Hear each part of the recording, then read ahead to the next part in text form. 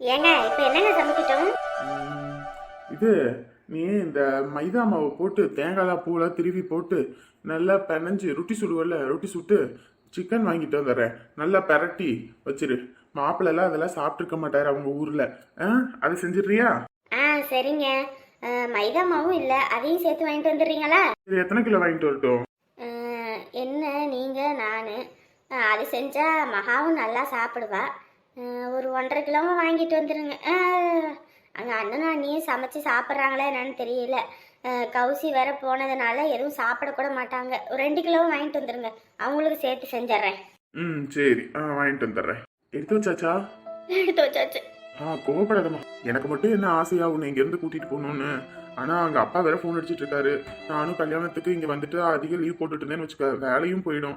அதனாலதான் சொல்றேன், கொஞ்சம் புரிஞ்சுக்கோ மகா. நீங்க தானே 2-3 நாள் இன்னும் லீவ் இருக்குன்னு சொன்னீங்க. இருக்குன்னு சொன்னேம்மா. ஆனா வீட்டுல அப்பாவை பத்தி உனக்கே தெரியும்ல, அவர் கோவப்படுவாரு. அதனாலதான் சொல்றேன். அதுக்கு போயிட்டு ஆசாசி ஜாலியா வந்தேன். கௌசியும் சொல்லாம கொள்ளாம கிளம்பிட்டா. இப்ப நம்மளும் போனோம்னா அப்பா அம்மா ரொம்ப வருத்தப்படுவாங்க. இங்க பாரு, அதான் அடுத்த மாசமே வாரம் இல்ல, தீபாவளி வருது. அதுவும் இல்லாம நமக்கு தள்ள தீபாவளி. மாமனார் வீட்டுல வந்து கொண்டாடாம எப்படி இருக்க முடியும்? போயிட்டு வந்துடலாம், சரியா? அதனாலதான் பொறுத்துக்கிறேன். அப்ப மட்டும் ஏதாவது சொன்னீங்கன்னா அப்புறம் நான் பேசவே மாட்டேன். சரி, அப்படிலாம் எதுவும் பண்ண மாட்டேன், சரியா? கண்ணை தொடச்சிட்டு வா. நீயா சொன்னீங்கன்னா அவங்க புரிஞ்சுப்பாங்க. நான் எது சொன்னா எது தப்பா எடுத்துக்குவாங்க. வா. தூரம் சொல்றேன்ல, கண்ணை தொடச்சிட்டு வா மகா. பைய எடுத்துட்டு வாமா சீக்கிரம். இந்த எடுத்துட்டு வரேங்க. அப்பா. என்னம்மா என்னம்மா முகமெல்லாம் வாடி போய் இருக்குது? அப்பா ஊருக்கு கிளம்புறோம்ப்பா. ஊருக்கு கிளம்புறீங்களா? என்னம்மா சொல்ற? ஆமாப்பா, ஊருக்கு கிளம்புறோம். ஊருக்கு கிளம்புறீங்களா? என்ன ஆச்சு? நல்லா தானே படத்துக்கு போயிட்டு வந்தீங்க, எதுவும் குறையா? ஐயோ, குறையில ஒண்ணும் இல்லைங்க அத்தை. வேலைக்கு வேற போன் அடிச்சுட்டே இருக்காங்க. போலனா வேலையை விட்டு எதுவும் நிறுத்திடுவாங்க. அதனாலதான். என்னமாப்ல, அதான் இன்னும் 2-3 நாள் லீவ் இருக்குன்னு சொன்னா மகா. இல்லைங்கம்மா, அர்ஜென்ட் ஒர்க் வேற, அதான். ஏமாப்பிள்ள, காலையில ஒரு 4 மணிக்கு அலாரம் வச்சு எழுப்பி விட்டா போயிட முடியாதாங்க மாப்பிள்ள? ஏங்க அத்தை, ராத்திரி அங்க போனாதான் மகாவை அங்க வீட்டுல விட்டுட்டு கொஞ்சம் ரெஸ்ட் எடுத்துட்டு காலையில வேலைக்கு கிளம்ப முடியும். இல்லைன்னா ரொம்ப கஷ்டமா இருக்கும். அதான். என்ன மாப்பிள்ள இப்படி சொல்லாம கொள்ளாம கிளம்புறீங்க? உங்களுக்கோசரம் எல்லாம் செஞ்செல்லாம் கொடுக்கணும், அப்படி இப்படி நினச்சிட்டு இருந்தேன். திருதுப்புன்னு கிளம்புறேன்னு கஷ்டமா இருக்குது. புரிஞ்சுக்கோங்க அத்தை, அதான் தலை தீபாவளி வருதுல்ல, அப்போ வந்து ஒரு வாரம் இருந்துட்டு போறோம். என்னம்மா மகா? ஆமாம்பா. வேலை விஷயம்ன்றாரு, வேலையை கெடுத்துடக்கூடாதுல்ல. கௌசியும் போயிட்டா, மகாவும் போயிட்டா, கஷ்டமா இருக்குங்க. என்ன பண்றது, பிள்ளைய கட்டி கொடுத்துட்டோம்னா அப்புறம் எப்படி நம்ம உரிமை கொண்டாடிட்டு இருக்க முடியும்? போ, எல்லாம் எடுத்து வை. சரிங்க. பத்திரமா இருக்கணுமா? சரியா? அல்லாத, சரியா? எப்படி மகா, இதுல கொஞ்சம் பொருளெல்லாம் எடுத்து வச்சிருக்கேன், உனக்கு பிடிச்சிக்குமேன்னு சொல்லிட்டு. இட்லி பொடி, மிளகாத்தூள், கொஞ்சம் வீட்டில் அரைச்சது, பலகாரெல்லாம் இருந்ததுல அதெல்லாம் எடுத்து வச்சிருக்கேன். அங்கே எல்லாரும் கொடுத்துட்டு நீயும் சாப்பிடு. ஐயோ அத்தை, இதெல்லாம் எதுக்குங்க அத்தை? இருக்கட்டும் மாப்பிள்ள. பையில வையே, அப்படி கையிலேயே தூக்கிட்டு போவாங்க. ஏற்கனவே உள்ளுக்குள்ள நிறைய வச்சிருக்கேன். அழுத்தி வையே. சரிம்மா, மணி ஆயிடுச்சு, கிளம்புவோமா? என் மாப்பிள்ள சமைச்சிடுறேன், சாப்பிட்டுட்டாவது போகலாம். மணி இப்ப 6:30 ஆகுது. இந்த நேரத்துல சாப்பிட்டுட்டு இருந்தா சரியா வராதுங்க அத்தை. இப்ப போனாதான் ராத்திரி ஒரு 9:30-10 மணிக்கெல்லாம் வீட்டுக்கு போக முடியும். அதுவும் இல்லாம லேட்டா போனது பிரச்சனை இல்லை, ஆனா மகாவை கூட்டிட்டு போறது கொஞ்சம் நேரங்களமா போகணும்ல. சரிங்க மாப்பிள்ள. சரி, வாங்க போலாம். என்னம்மா மகா, திடீர்னு கிளம்பிட்டீங்க? மாமா போயிட்டு வரேன் மாமா. என்னம்மா, நம்ம வீட்டுல எல்லாம் விருந்து வைக்கணும் அப்படி இப்படின்னு சொல்லிக்கிட்டு இருந்தோம், அதுக்குள்ள விருந்து கூட சாப்பிடாம போனா எப்படி? கம்மனு இருங்க, நாளைக்கு விருந்தை முடிச்சுட்டு போகலாம். இல்லைங்க, வேலையில இருந்து போன் அடிச்சுட்டே இருக்காங்க, வேலை கெட்டு போயிடும். என்ன தம்பி, ஒரு லீவு தான் போட்டீங்க, ஒரு 2 நாள் சேர்த்து போடுங்களே தம்பி. நம்ம வீட்டுல எல்லாம் விருந்தாகி கொடுக்கலன்னா எப்படி? அதுவும் தாய் மாமா வீடு. விடுங்க மச்சான், அதான் தீபாவளிக்கு வருவாங்களோ அப்ப எதுவும் பாத்துக்கலாம், விடுங்க. சரிம்மா கௌசி, வேலை வேற, அதுதான் நமக்கு சோறு போடுது. வேலையும் போயிடுச்சுன்னா என்ன பண்றது? பார்த்து சூதானமா இருக்கணும், சரியா? கூடாது, எதுக்கு அலற? சரியா, அழாம இருக்கணும். சரி மாமாத்த, போயிட்டு வரோம். எப்படியே போவீங்க, இருங்க, வண்டியில கூட்டிட்டு போய் நான் பஸ் ஸ்டாண்ட்ல விட்டுறேன். இல்ல மாமா, ஆட்டோ பிடிச்சதும் போயிடுறோம். அடே இருங்க மாப்பிள்ள, 3 பேர் பைக்ல போக முடியாது, வண்டியில இருங்க, நான் கூட்டிட்டு போய் விட்டுறேன். மாமா கௌசியை கேட்டேன்னு சொல்லுங்க, ஃப்ரீயா இருக்கும்போது ஃபோன் பண்ண சொல்லுங்க. சரிம்மா, நம்மளா ஃபோன் பண்ண முடியாது, அவளா எப்போ ஃபோன் பண்றாளோ அப்பதான் பேச முடியும். உனக்கே தெரியுமில்லம்மா, நம்ம வீட்டுல இருந்து ஃபோன் பண்ண ஏதோ சொல்லி கொடுக்குறோன்னு சொல்லி அதுக்கும் பேசுவான். சரிங்க மாமா. அம்மா உடம்பு பார்த்துக்கோ. துணி துவைக்கிறேன்னு சொல்லி நிறைய நேரம் தண்ணியில் நின்றுட்டு இருக்காத. கால் வலி உடம்பு சரியில்லாம போயிடும். சரிம்மா. நிரஞ்சன் கிட்டேயும் சொல்லிருங்க கிளம்பிட்டேன்னு. போயிட்டு ஃபோன் பண்றேன். நேரத்துக்கு சாப்பிடணும். வேலை செஞ்சுக்கிட்டே இருந்துட்டு சாப்பிடாம இருக்க கூடாது. சரியா? சரி சரி அழாதீங்க, வண்டிக்கிட்டே இருங்க. மச்சான் வரீங்களா? போய் விட்டுட்டு வந்துடலாம். பின்னாடி ஏறிக்கவா மச்சான்? சரி மச்சான், வந்து வண்டியில இருக்குங்க, போலாம். ஏங்க நானும் பின்னாடி ஏறிட்டு வந்துடவா? பிள்ளைய விட்டுட்டு வந்துடுறேன். சரி வா ஏறிக்கோ. எங்க வீட்டை பூட்டி விட்டு ஓடியாடுறேன். வண்டியில ஏறுங்கம்மா. பைய கொடுங்க, நான் எடுத்துட்டு வந்துடுறேன். நீங்க முன்னாடி ஏறிக்குங்க. பார்த்து இறங்குமா. பேக் கொடுங்க, நான் எடுத்துட்டு வரேன். இருக்கட்டும் மாப்பிள்ள, பஸ் வந்தோடனே நானே உள்ள வச்சிடுறேன். சூதானமா இருக்கணும். சரியா? மாப்பிள்ளையும் வேற அங்க ஊருக்கு போயிடுவாரு. பார்த்து பத்திரமா இருக்கணும். சரிம்மா. மாப்பிள்ள தம்பி, ரொம்ப நாளைக்கெல்லாம் வெளியூர்ல இருக்காதீங்க. சீக்கிரமா வீடை பார்த்து அட்வான்ஸ் கொடுத்து பிள்ளைய கூட்டிட்டு போங்க. தனியெல்லாம் பிள்ளைய எங்கிட்ட நாங்க விட்டதில்ல. உங்களை நம்பிதான் விட்டோம். இப்ப நீங்களும் அங்க போறேன்றீங்க. இல்ல அதெல்லாம் நான் பாத்துக்கிறேன். நீங்க அதெல்லாம் பத்தி யோசிக்காதீங்க. அதெல்லாம் வீட்லயே நல்லா பாத்துப்பாங்க. மாப்பிள்ள திருச்சி பஸ் வந்துருச்சுங்க. ஆமா கூட்டமா இருக்கு. சரி போயிட்டு வரோம். போயிட்டு வரோங்க. சரிப்பா, பார்த்து போயிட்டு வாங்க. ஆமாஹா போலாம். அவன புள்ள மனசே இல்ல அவளுக்கு. சரி விடுமா, அத வீடு பார்த்தோன்னையும் நம்ம எல்லாம் போய் இருந்து பார்த்துட்டு வரலாம். சரியா? எரும மாடு, உன் தலையில பைய வச்சுட்டு வரது விட்டு என் தலையில வச்சுட்டு இருக்கேன். முதல்ல பைய எடுத்து வீடு வந்துருச்சு. என்னத்த ஒரு பஸ்ஸில் எதுவும் கூட்டிகிட்டு வந்திருந்தாலாவது பைய பஸ்ஸில் வச்சுட்டு வந்திருக்கலாம். நீங்கள் தான் வண்டியிலேயே போகணும். நீங்கள் எவ்வளோ நேரம் தான் என் தொடையிலேயே வச்சுருக்க முடியும்? அதான் என் தலையில் வச்சேன். அது நவுந்து நவுந்து நவுந்து உங்கள் தலைக்கு வந்துருச்சு. வீட்டுக்குள்ளவா எங்க வருதுன்னு தெரியும். அடடே அன்புக்குட்டியே வந்துட்டியா? இறங்கடி பண்ணி மாதிரி உட்காந்துக்கிட்டு இருக்காம. இறங்குறேன். என்ன கௌசி வந்தாச்சா? வந்தாச்சு மஞ்சு. நீ எப்படி இருக்க? நான் நல்லா இருக்கேன் கௌசி. அடி வெளிய நின்னு வெட்டி நாய் பேசிக்கிட்டு இருக்காம வீட்டுக்குள்ள வந்து வேலையை பாரு. வாரேன் போங்க. புள்ளைய தூக்கிட்டு வா உள்ள. வாரேன்.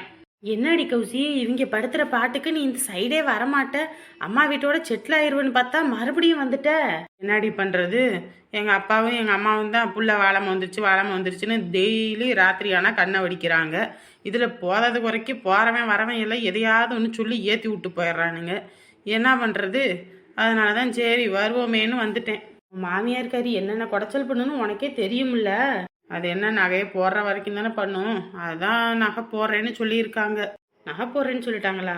ஏண்டி 5 பவுனுக்கே 2.5 லட்ச ரூபா வரண்டி. இப்போ அப்பயே வாங்கி போட்டிருந்தா கூட ஒத்த செலவோட முடிஞ்சிருக்கும். இப்போ மட்டும் எங்கே காசு வருது? இப்பயும் கடனை உடனே வாங்கிட்டு எதையாவது ஒன்று பண்ணுறேன்னு இருக்காங்க தீபாவளிக்கு. ஆவண்டி என்ன பாடு படுத்த போகிறாங்கன்னே தெரியலை. முதல்ல இந்த கௌசி தாண்டி பயந்துக்கிட்டு உக்காந்துக்கிட்டு இருந்தேன். இப்போலாம் அப்படி இல்லை. 1 பேசுனுச்சுன்னு வச்சுக்க இந்த பக்கத்தில் ஒரு அறை, 2 பேசுனுச்சுன்னு வச்சுக்க அந்த பக்கத்தில் ஒரு அறை, 2 பேரையும் போட்டு தள்ளிட்டு போய்கிட்டே இருப்பேன். ஏய் வளங்காதவளே, வீட்டுக்குள்ள வந்துட்டு வேலையை செடி வெட்டி நாய் அடிச்சுக்கிட்டு இருக்காம வந்தாலும் வீட்டுக்குள்ள வரமாட்டா. வெளியே நின்றுட்டு வெட்டி நாய் பேசிக்கிட்டு வந்தோடனே ஆரம்பிச்சிருச்சுல உன் மாமியாரு. சரி பிள்ளைய கொடு, நாளைக்கு பேசிக்கலாம். இன்னைக்கு போனால் வீடெல்லாம் அப்படியே வச்சு கிடக்கும்.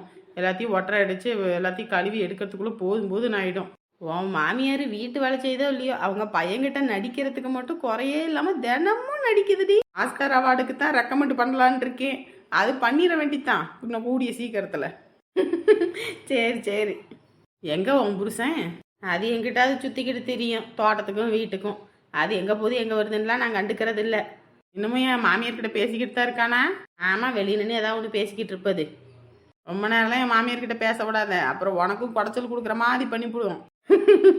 எனக்குலாம் குடைச்சல் கொடுத்துட்டு அவன் நிம்மதியாக வீட்டில் தூங்கிடுவான். பேசுகிற பேச்சுக்கு அவனே வீட்டை விட்டு ஓடிடுவான். அதனால என்கிட்டலாம் அடக்கி தான் வாசிப்பான். உன் மாமியார் பருப்பெல்லாம் என்கிட்ட வேகாது. மற்றக்கிட்ட எடுத்து ஒரே கடைஞ்சு விட்டுருவேன். சரி ஏய் என்னடி வெளியில வெட்டி நாய் அடிச்சுக்கிட்டு இழுச்சுக்கிட்டு தெரியறா? வரதும் வராதுமா கத்துன்னு கத்தி எடுப்பா. கத்துட்டு கொஞ்ச நேரத்துக்கு கத்தி அது தொண்டை தண்ணி வத்தி அமைதியாயிரும். சரிடி போடி, வந்துட்டு எவ்வளோ நேரம் வெளியே நின்றுகிட்டு இருக்க? போவான், இன்னும் கொஞ்ச நேரம் கத்தட்டும். ஏய் போன்னு சொன்னேன். அட போவான் இரு, எவ்வளோ நேரம் கத்துதோ கத்தட்டும். ஏ கௌசி உள்ள வரியாப்பா? என்ன ஆரத்தி கரைச்சி மூஞ்சில ஊத்துனா வருவா போலப்பா. இந்த ஆரம்பிச்சிட்டால, அதான் 2 ஆரம்பிச்சிருச்சுங்க. சரிடி வாரேன். இந்த ஏரியாவுக்கே நேரம் போகல. கௌசி போனோனையும் கௌசி வந்துட்டால, இனி களை கட்டிடும். மகா என்னாச்சு? ஏன் இது ஃபோன் பார்த்து அழுதுட்டு வந்துட்டு இருக்கியா? எங்க அப்பா அம்மாவும் பாவம் எப்படி அழுதுன்னு பாத்தீங்களா? சரி விட அதான் நம்ம அடுத்த மாசம் வாரோம்ல. சரி அல்லாத பஸ்ல இருக்கவங்களே ஏதோ தப்பா எடுத்துக்க போறாங்க. நீ பாட்டுக்கு போன்ல உங்க அப்பா அம்மா போட்டோ பார்த்து அழுதுட்டு வந்துட்டு இருக்க. இப்ப பார்த்துட்டு அங்க தானே இருந்துட்டு வந்தோம். சரி அப்பாவுக்கு போனை போட்டு சொல்லிடுவோம். அவரு வேற நொய்யின்னு போன் அடிச்சுட்டே இருந்தாரு. போனையும் வேற சுவிச் ஆஃப் பண்ணி போட்டேன். பேசுவோம். எரும மாடு காலை மேலதான் தூக்கி போட்டு தூங்குவா. எடுடி காலை. கால் எடுன்னு காலை முடிச்சு போடுவேன் சொல்லிவிட்டேன். அப்பா அப்பா அப்பா உங்க போன் அடிக்குதுப்பா. போனா யாரு என்னன்னு தெரியலையே. காலையில இருந்து எத்தனை போன் அடிச்சேன், போனே எடுக்கல. போனு காணாம போச்சுன்னா இப்ப என்ன போனை பண்றாங்க சொல்லு. அப்பா கிளம்பிட்டோம்ப்பா. காலையில போனை காணோம் அப்படி இப்படின்னு இப்ப எங்க இருந்து வந்துச்சு போனு? அப்பா போனை இந்த துணிக்கு அடியில இருந்திருக்கும் போல இருக்கு. அதை நான் கவனிக்கவே இல்லை. அது சைலண்ட்ல கிடக்குந்திருக்கும் போல. அதான் போனு ரிங்கே ஆகினது கேட்கலப்பா. கேட்காது. மாமியார் வீட்டுக்கு போனா எப்படி கேட்கும்?